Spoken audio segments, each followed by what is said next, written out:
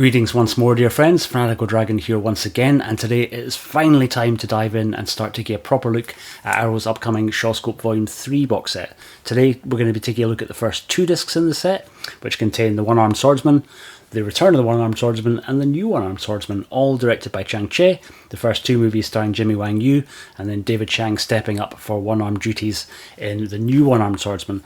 Just these two discs alone, not counting the rest of the set, make up about 13.5 hours worth of content if you take the movies, the commentaries and all the other extras combined.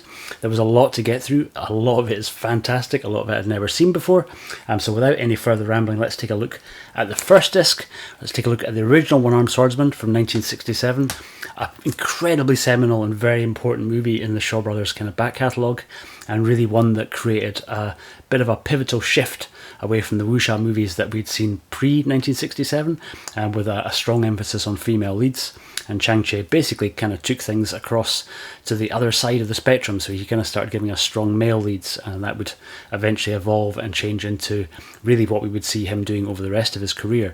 But I think the first two movies particularly, I think for me, are two of Chang Cheh's best.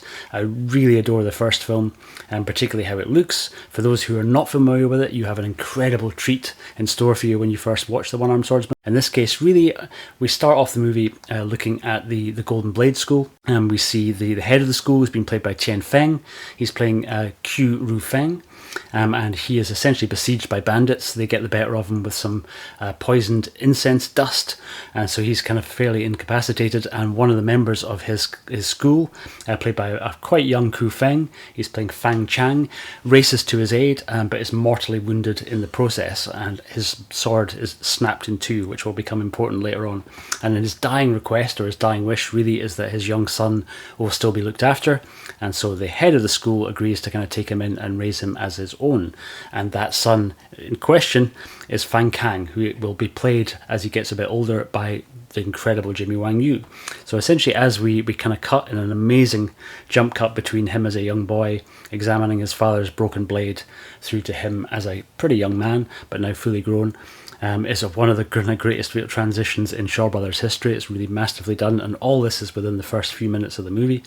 We learn quite quickly that he's been outcast by the other members of the school, not by the master, who kind of views him as probably the strongest student that he has, but this opinion is not shared by his fellow classmates, and particularly not by the daughter of the kind of the head of the school, who's been played by Angela Pao. She's playing a QPR. And essentially, Jimmy Wang Yu gets sick of the fact that he's feeling like an outcast, decides to leave the school, thinks it'll be better for everybody, is intercepted by two of his classmates and by his master's daughter, who basically don't want to let him leave without a fight. He's very reluctant to do so, agrees only if it can be a kind of unarmed combat. And so he kind of fights against Angela Pao's character. She gets very frustrated at how easily he's beating her, and in a moment of kind of basically sort of reckless madness, slashes out with her blade and cuts off his sword arm, cuts off his right arm. He stumbles off through the forest bleeding profusely, comes to a bridge, falls off the bridge and falls directly into the boat of a young peasant girl who's been played by Chow Chow. She's playing Xiao Man, and she ultimately saves his life, takes him back to her place and allows him to recuperate. The two of them really quite quickly start a relationship together, in a way that's kind of really actually one of the strongest kind of male-female relationships that we get in a Chang Cheh movie, certainly one of the most wholesome. Tries to turn his back on the martial world, but is kind of finding it very hard to do so because he keeps being besieged by bullies who are kind of constantly trying to hit on Xiao Man, and beat him up effortlessly because he has only got one arm and not very capable. So she somewhat reluctantly reveals that her father had also had a life in the martial world, and he had an incredible training manual with a kind of family style that many other people were trying to get. He died in the process of trying to protect the book. The book was handed on to her mother, who ultimately, in a moment of kind of reckless madness, decided to try and burn the book because she hated the martial world for taking her husband from her. And so she has this mysterious kung fu manual, half-burnt kung fu manual, which reluctantly she then shares with Jimmy Wang Yu as a way of him attempting to kind of try and reclaim his power. He realizes that the pages that haven't been burnt all kind of relate to left arm techniques. Damn lucky. So he becomes ever more powerful and learns an entirely new technique, and realizes pretty early on that he can't really do this technique properly with a full-length sword, but lo and behold, he still has the broken blade of his father. And so really it's the fact that he has his father's broken sword and this manual that allows him to learn this new technique. He basically becomes unstoppable, but he has to kind of go through quite a long training sequence where he's basically training himself up, so that really he can protect his new love, so he can protect Sherman. Doesn't really kind of want to go back in, try and make a name for himself in the martial world, just wants to live a quiet life, but now knows at least that he can protect himself and he can protect the love of his life. Fortunately, the martial world has different plans. There's two kind of notorious other masters, the Long-Armed Devil and Smiling Tiger Chen, who've long been after the master of the Golden Blade School. They initially kidnap the daughter, who Angela Pao, who Wang Yu reluctantly kind of goes to save, and then in the process gets dragged back in and ultimately has to go back to the school that he left and try and save the day, which he does in pretty epic fashion. That's about as much as you need to know. There's a few other beats, but that's really the kind of the main crux of the film. And beautifully staged fight choreography here by Tong Gai and Lau Kar Lung, who both also appear in the film as kind of lower level goons of the Long-Armed Devil and the Smiling Tiger clan. And so the choreography, compared to what we'd seen previously, light years ahead, heavily draws from Japanese cinema, so there's a lot of inspiration from Zatoichi, but really beautifully staged on the Shaw Brothers kind of sound stages, particularly kind of one scene all filmed in the snow, which is quite rare. You didn't often sort of see snowy based scenes inside the Shaw's backlot, but works beautifully well. I think the two cinematographers in the movie were Yun Chung Samm and Kwang Han Lee, and Chang Cheh has spoken repeatedly that he had issues with the cinematographer, and I think he didn't work with Yun Chung Samm much more than this. I think they maybe did The Assassin together and after that parted company because he felt he wasn't quite getting what he wanted from him. And this new restoration by L'Imagine Ritrovata looks incredible. It's the best that I've ever seen the movie look. I previously had the 88 Films version, which looked pretty good, but this is an all new restoration, though done between Celestial and L'Imagine Ritrovata, who I think were based out of Italy. It's kind of very vibrant, kind of full of colour, still a little bit of grain, as you would expect from a movie made in the 60s. Particularly those sequences set in the snow just look absolutely stunning. The extras will come to at the end, because the extras kind of cover the two other movies. So let's jump briefly to the movies that are on disc 2, to Return of the One Armed Swordsman, my own personal favourite from the trilogy of 3 movies, and the new One Armed Swordsman. Return of the One Armed Swordsman came in '69, and this really picks up exactly where we left off. So we get two returning characters. So Jimmy Wang Yu is again playing Fan Kang, and Chow Chow is again playing Xiao Man. And though they are now married and very much a couple, he's completely adopted the life of a farmer and is living a very peaceful, comfortable life. But there's been a new emergence of a group of crazy, mad martial artists emerging onto the scene, calling themselves the Eight Kings. And ultimately, anybody who comes up against them, they're just really kind of trying to kill. Or if you don't want to fight them, then they're forcing people to cut off their sword arm, to basically kind of render them useless in the martial world. There are a variety of very colourful characters. We see most of them in this beautiful opening sequence, kind of all filmed against black, which is kind of really super stylized. These are much more kind of almost like comic book villains, really, compared to the kind of relatively grounded characters that we saw in the first film. Everything is dialed up in the second movie. Much bigger cast, much bigger budget, and we have our one-armed swordsman fully formed as just a wrecking fighting machine.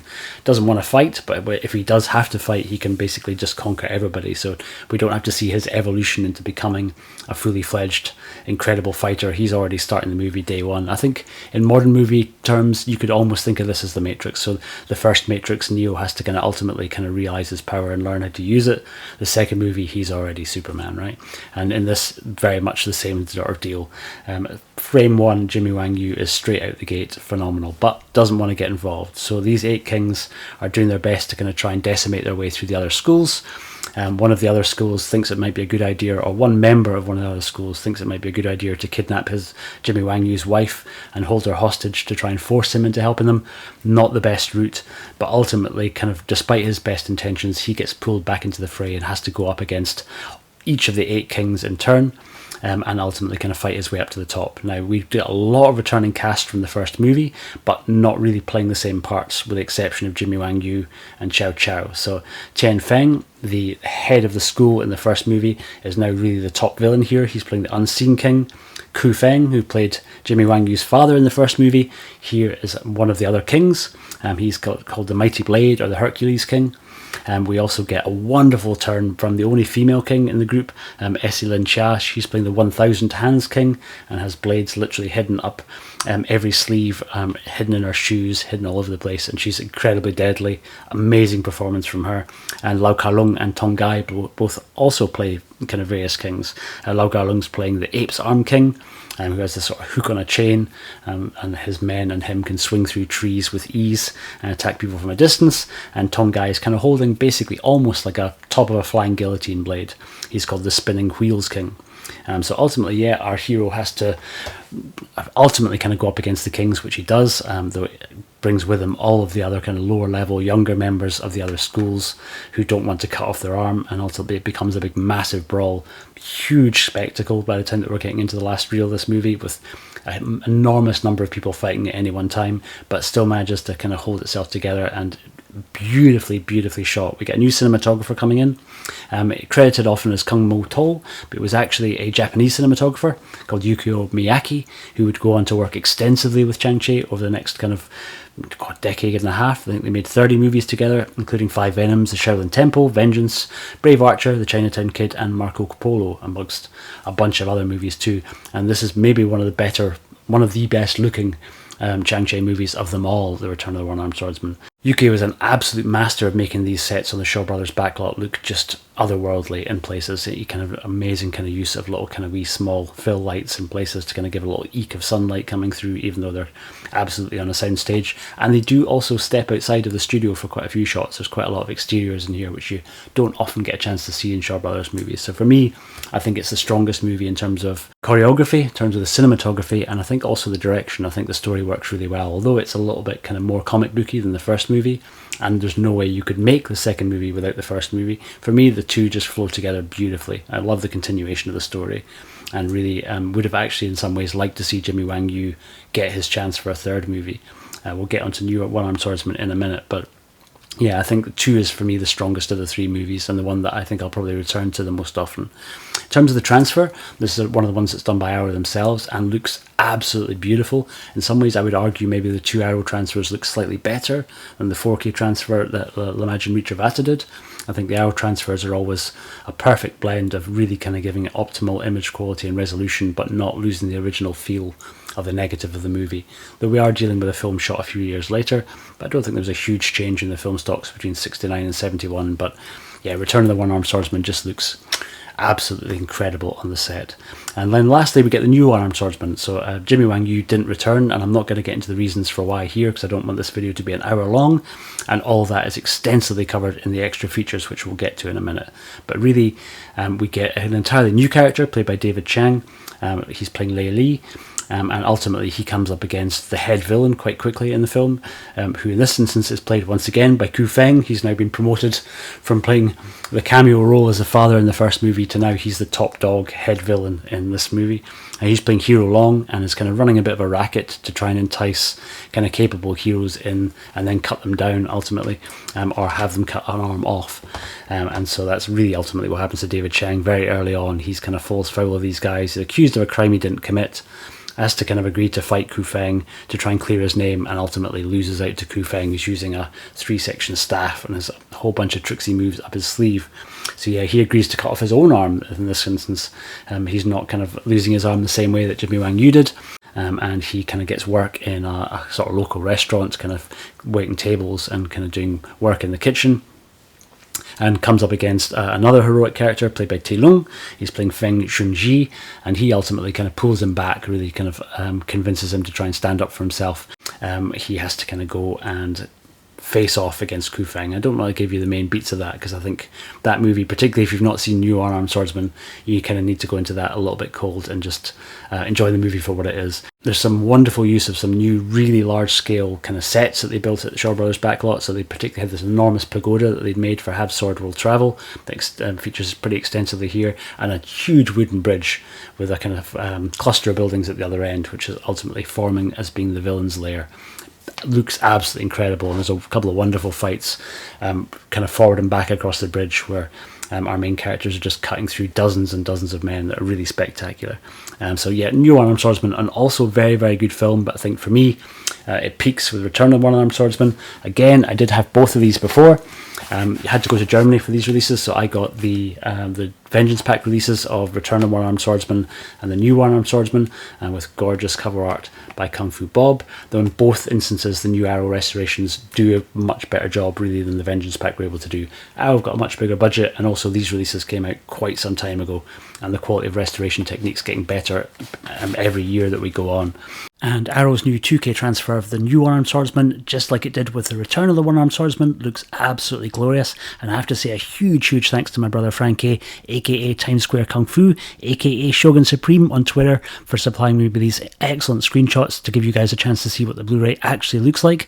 So the way you'll differentiate between the ones that are not from Arrow's release and the ones that are is I've tagged it at the top and the bottom. So anytime you see above it taken from Arrow's Blu-ray, you know it has indeed been taken from Arrow's Blu-ray. Artwork on the Arrow set, I'm very happy to say, has been done by Tony Stella for the first 3 movies. So we get these beautiful menu screens for the 3 films, and I'm sure when the book comes along we will see a nice big splash page of the first movie's art particularly. I suspect we'll probably get half and half shot of the other 2 because they're on the same disc. But yeah, really happy to see Tony Stella doing more stuff for Arrow and more stuff for Shaw Brothers. Tony Stella, just an absolute maestro, an incredible artist. I actually had the pleasure of sitting down with him for a chat. You can find that chat in full up currently on my Patreon page, and I think it's ultimately going to end up going up as a separate podcast because we spoke for 4 hours, and that's a lot for me to try and put up as a video. So if you're very interested to kind of check out that interview early, you can jump over and check it out on the Patreon page if you subscribe. Let's finally dive into the extras now that we're almost 20 minutes into the video. There's a lot of extras to get through on this, really principally on the first disc, and a lot of the extras kind of really relate to all 3 movies. That's kind of why I wanted to wait and speak about them at the end. So there's a pretty long list. We'll go through them one by one. I won't give a huge amount of notes about the extras, so I want you guys to experience them for yourself, but I'm just going to say a little bit. So first up we get Tony Rayns speaking about the One Armed Swordsman. He's speaking about all 3 movies, really. He's not just talking about the first film. It runs for about 38 minutes. Tony Rayns, always an absolute pleasure to hear him speak. I think he maybe slightly prefers David Chiang over Jimmy Wang Yu in terms of acting abilities. For me, I think I really adore Jimmy Wang Yu just more and more as I get a bit older, weirdly. I think sometimes I was a bit dismissive of him when I first started getting into Kung Fu movies, because he sometimes seemed a bit scrappy, but when you start looking really at what he achieved, both working as an actor and then as a director, and how innovative he was, particularly as a director, with the work that he did on The Chinese Boxer, which largely kind of really established the hand-to-hand kind of kung fu film genre, in the way that the One Armed Swordsman really was a huge departure for wuxia cinema. The Chinese Boxer was largely the same for kind of straight-up kung fu movies, and kind of think everything else that came after it in a way is really just following that same formula. So yeah, we could get into the Chinese Boxer and the One-Armed Boxer at another date. I'll maybe do a roundup video at some point of my favourite Jimmy Wang Yu films. If anyone's interested in that, then do let me know in the comments below and I'll put one together. But I think certainly it's wonderful seeing Tony Rayns' perspective on Jimmy Wang Yu and on David Chiang and on these sort of movies specifically. Then we get onto, for me, which is maybe the best extra on that first disc, is a glorious interview from the Frederic Ambroisine archives with Jimmy Wang Yu himself from 2001. It's all in English, and Jimmy Wang Yu's surprisingly incredibly verbose in English, and it's a really entertaining interview. It runs for about 41 minutes, and my god does Frederic Ambroisine have balls of steel, because he asks Jimmy Wang Yu every question about every rumour you ever heard about Jimmy Wang Yu. Why he left Shaw's, is he a triad, what happened with Jackie Chan, did he kind of coerce him into making Island on Fire, and everything in between. Really kind of, I think some of the questions I'm imagining took a lot of spirit to ask, and to his credit, Jimmy Wang Yu answers them all. He's really pretty unabashed and very open, explaining about what his experiences were of getting into Shaw Brothers and answering all the specifics that Fred puts to him. Wonderful, 41 minutes long, and just an incredible extra. I'm so glad that we have it, particularly now Jimmy Wang Yu is no longer with us. Found him at exactly the right time, I think, to be able to kind of reflect on his career in a really wonderful way. And they cover some other stuff as well as the new One Armed Swordsman movies, obviously the rumours that I mentioned, but they get into some of the other kind of big heavy hitting titles that he did at Shaw's, Golden Swallow that he made with Cheng Pei, and his working relationship with Chang Cheh and with the other actors. Just a wonderful, really entertaining 41 minutes. And we get a few other interviews from Fred's archive as well. We get one with our brief hero from the first movie, villain from the second and third movie, Ku Feng, as well as being in hundreds of other Shaw Brothers movies. Ku Feng is an absolute diamond. I've seen a few interviews with him before. Fred, I think, has spoken to him a couple of times. It's a really good interview that he does with Chen Quantai at one stage that Fred got. But this is just Ku Feng on his own, and specifically him speaking about his experiences of making the One Armed Swordsman movies that he worked on. And he speaks quite a lot about his work on the new One Armed Swordsman. Certainly he has the biggest role in that movie, and how tricky the fight choreography was, and kind of what it was like for him working with Chang Cheh, kind of working with Lau Garlong and Tong Gai. Really, really good stuff. That runs for about 90 minutes long. I think it's from 2003. Again, a wonderful inclusion. There's also 3 other interviews from Frederic Ambrosine's archives. We get one with Mrs. One Armed Swordsman herself, with Chow Chow. It's called A Shaw Career. It runs for about 16.5 minutes. Really entertaining. She seems just like an absolute sweetheart, and explains how she kind of got into the business and how she found herself at Shaw's and what her experiences were like working on these movies. We also get an interview with Samm, the kind of film historian and critic from 2003. That runs for about 22 minutes, and he does a really good job of explaining kind of the principal difference in what could be seen as kind of being a direct influence from Japanese cinema in the One Armed Swordsman and the films like it, and explains really how they're quite different in tone and in style from the Japanese films that maybe or maybe not inspired them. The kind of Chinese culture very different to Japanese culture, and that's sort of reflected in how they kind of stage the action, how they stage the films, and some of the other themes that are going on. Really good interview, runs for just over 22 minutes. And then lastly, from Fred's archives, we get the filmmaker Daniel Lee speaking specifically about the One Armed Swordsman.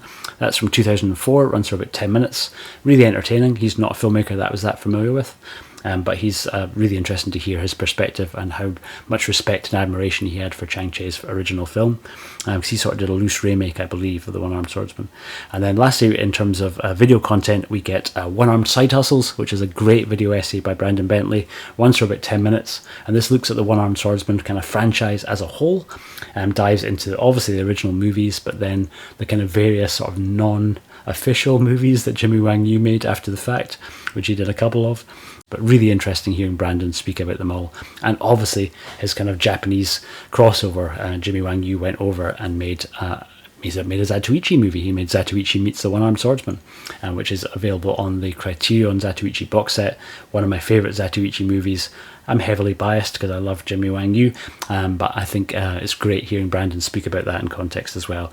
And then we're rounded up by some trailers which do actually dive into, because there's a lot there. There's the two trailers for the original One Armed Swordsman. We get the Hong Kong theatrical trailer in English and in Mandarin, but then we also get a separate trailer reel which runs for about 23 minutes long, and there's a bunch of different Chang Cheh trailers which have not been restored at all.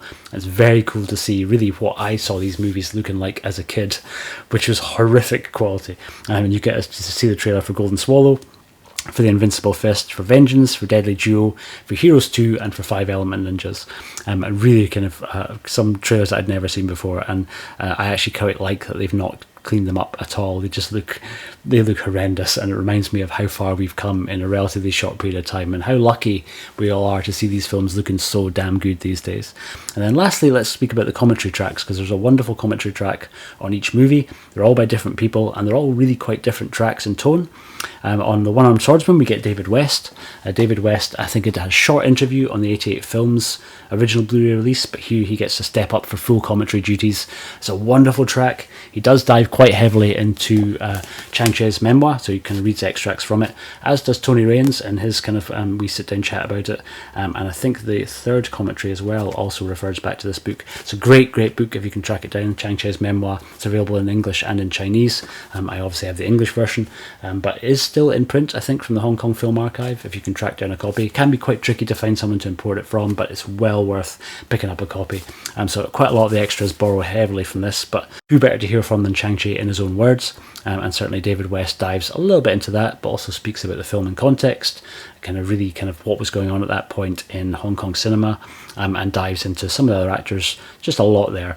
He does a wonderful mix of kind of facts, but also kind of some anecdotes about the filming and some other stories that I hadn't heard before. So yeah, David West commentary, wonderful stuff. The second movie's commentary by Samm Deighan, and a huge fan of Samm Deighan's commentaries in general. Really adored the commentary track she did for 88 Films on Come Drink With Me, and she's done a bunch of other commentaries for different labels, but always really entertaining and really informative. informative, and she does a great job of kind of really, again, placing the film in context, speaking about the careers of a lot of the incredible cast that's in the film, and it's pretty clear right the way throughout that Samm Deighan absolutely adores this movie, and it's just really good fun to hear somebody who's a big fan of something enthuse about it for the length of the runtime. So yeah, absolutely adored Samm's commentary.